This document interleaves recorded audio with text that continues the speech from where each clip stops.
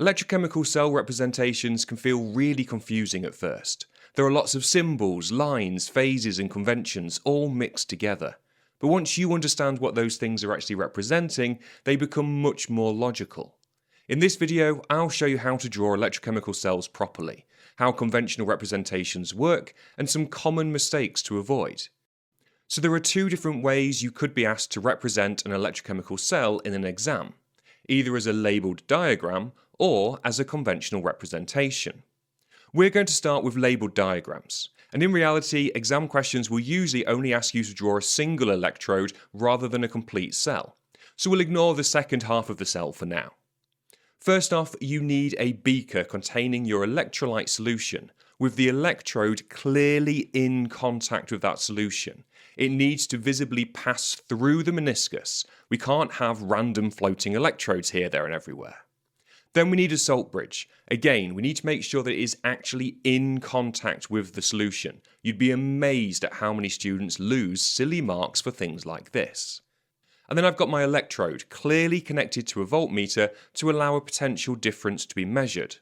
Now, some exam questions don't require you to draw the voltmeter or the external circuit. In fact, some explicitly state not to draw them. However, you'll never lose marks for including them unnecessarily, but you could lose marks for leaving them out when they are required. To be on the safe side, I would just recommend you always draw them. They really don't take very long to draw and just help guarantee that you're always going to get the marks. Now we must remember that we're drawing labelled diagrams and we need to make sure we're being specific with our labelling. If your diagram is for a simple half cell made from a solid metal in a solution containing its ions, then we first need to label the salt bridge. And to be fair, this is going to be the case for all of our diagrams. Next, we're going to label the electrode, but we need to do so by naming the metal that would be used, in this case, zinc. This is just to show the examiners that you know when platinum electrodes should and shouldn't be used. Now we need to give a named solution that will contain our metal ions. Here I've gone with zinc nitrate. If you've ever any doubt as to what solution you should use, always go with the metal nitrate. All nitrates are soluble, so you don't need to worry about whether the substance you're naming is actually soluble or not. Finally, if appropriate, we need to give the concentration of that solution. Now this will usually only be the case if we're dealing with standard electrode potentials, when the concentration would need to be 1 mole per decimeter cubed. If you're dealing with a half cell made from 2 ions of the same element in solution, then there are a couple of differences that you'd need to think about.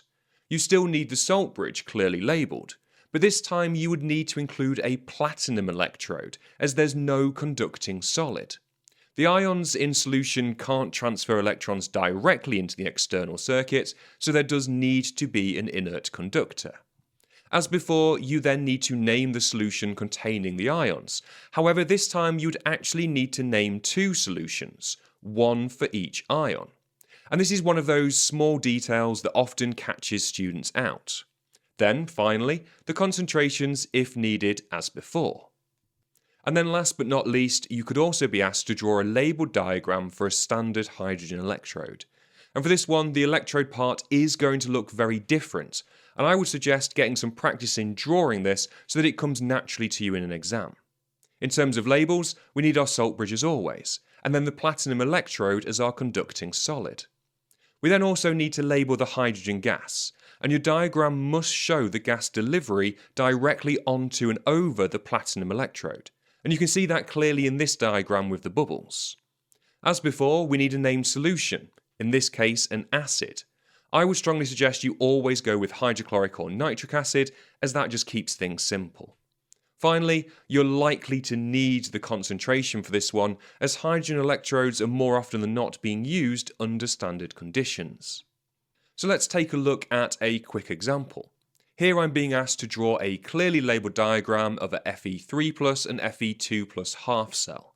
And importantly, it's asking for it under standard conditions, as the question says it's being used to determine the standard electrode potential. I start by drawing my beaker containing a solution, with an electrode and salt bridge clearly touching that solution. Now the question hasn't actually said anything about voltmeters or external circuits, so I'm going to include them to be on the safe side. Labelling, the salt bridge, Then my platinum electrode. Remember, it's a half cell for two aqueous ions, so I need a platinum electrode, not iron metal. Now I need the named solutions. I'm going to stick with nitrates, and so I need both iron 2 nitrate and iron 3 nitrate clearly labelled. And finally, as we're going to be operating under standard conditions, I do need to include the concentrations, and both solutions will need to be 1 mole per decimeter cubed.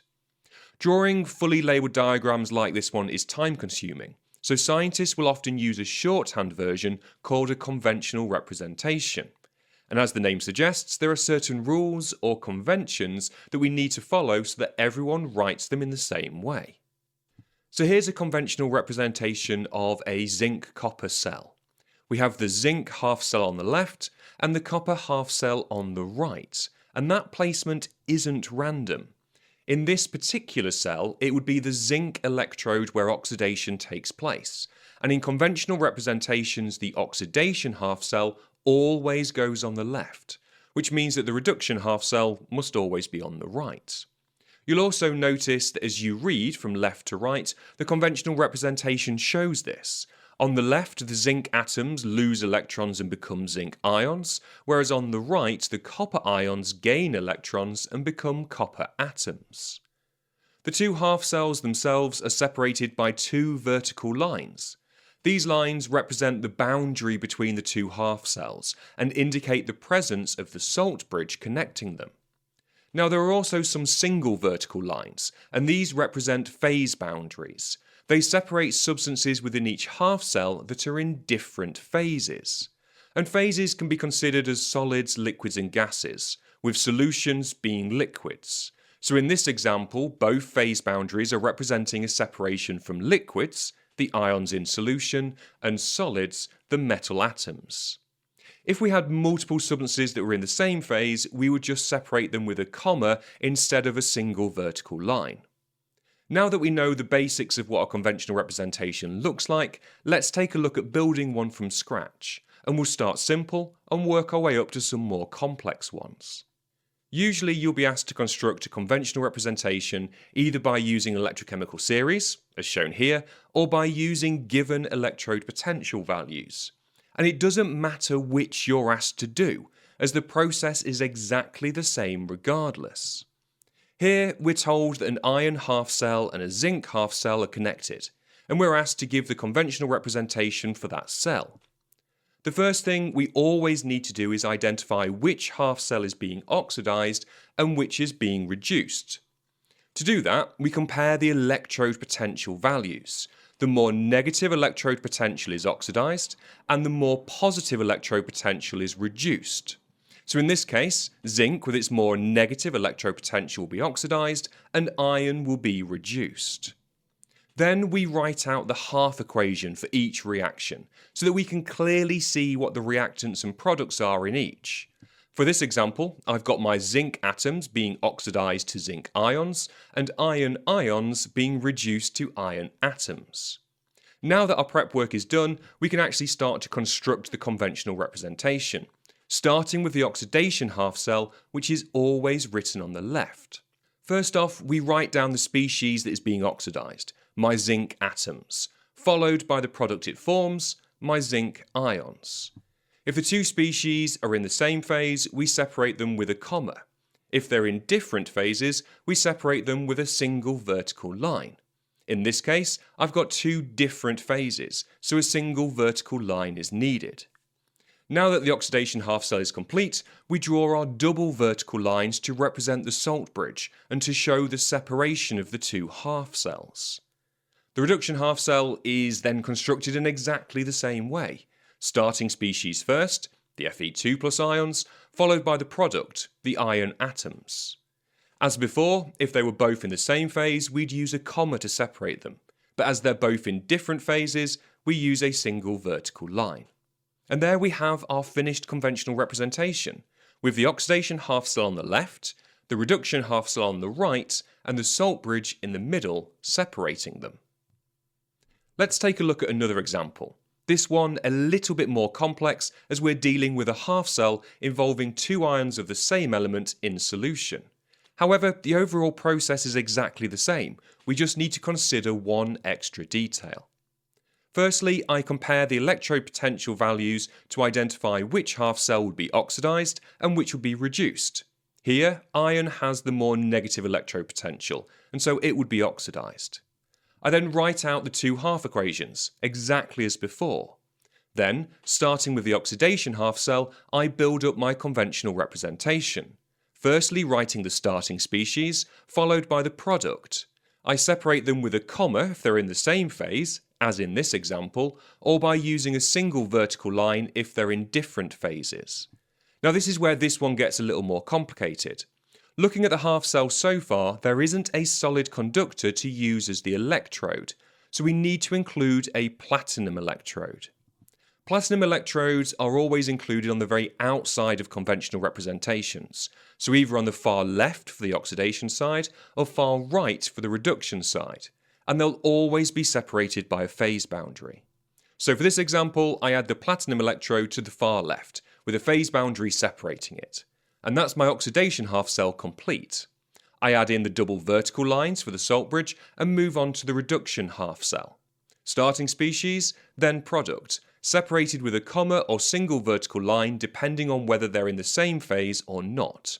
And as in this case I do have a conducting solid, there's no need for a platinum electrode. And so that's our reduction side done, and we have our complete conventional representation.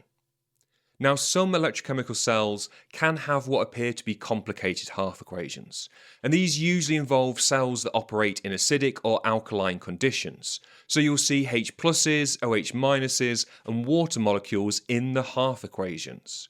Now, there's two ways of approaching these types of questions. The first and chemically correct way is by including the H plus or OH minus ions in your conventional representation. Broadly speaking, it's just the exact same process as before. Firstly, identify which half cell is being oxidized and which is being reduced. Then write the half equations for each. Here I have my iron being oxidized and the VO2 plus ions being reduced.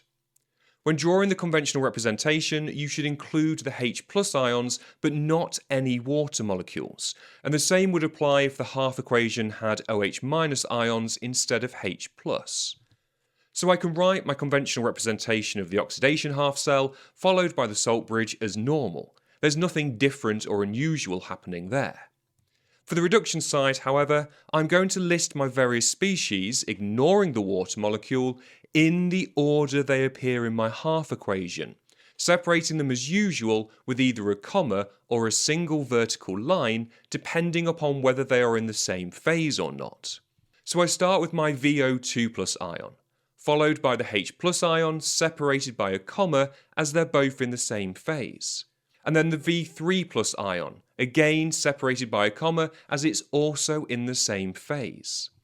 Finally, as there's no solid to act as the conducting electrode, I need to include a platinum electrode, separated by a single vertical line.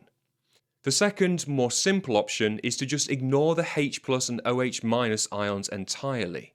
The oxidation half cell we'd still draw as usual, ending with the salt bridge, and then for the reduction side we show our starting species, the VO2 plus ion, followed by our product species, the V3 plus ion, separated by a comma as they're both in the same phase. And then, just as last time, I need to include a platinum electrode at the very end, separated by a single vertical line. Now the really good news is that AQA don't penalise you for not including the H plus or OH minus ions. In fact, many mark schemes ignore them entirely as the default answer. And those that do include them always say to accept the correct version without them. So given that A-level chemistry can be difficult enough, my honest advice would be to not worry too much about including them. You don't lose marks for not including them, and it just adds an extra level of complication and time use that isn't actually gaining you any marks in an exam. So the final thing we're going to look at is conventional representations of cells that are being used to measure the standard electrode potential of a half cell. Whenever this is the case, the standard hydrogen electrode is always placed on the left, and it is always shown as being oxidized, regardless of whether it has the more negative electrode potential or not.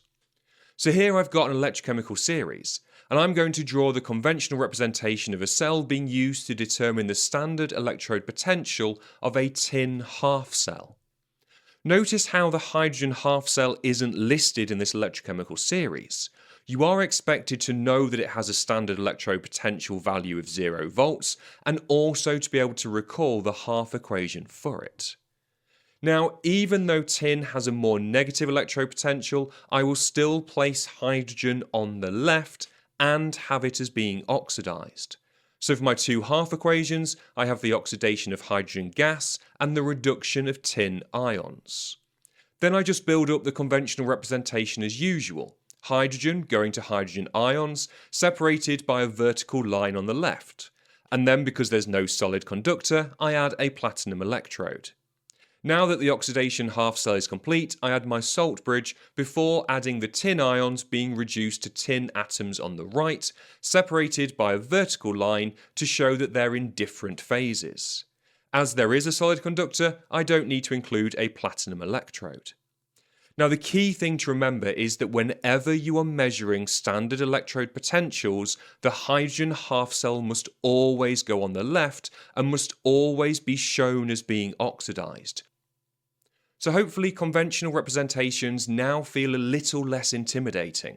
Once you understand what the symbols and lines are actually representing, the process becomes much more logical rather than just something to memorize. In the next video, we're going to build on this by looking at electrochemical series in more detail, and if you want to continue with the topic, the full Electrochemical Cells playlist is on the screen for you.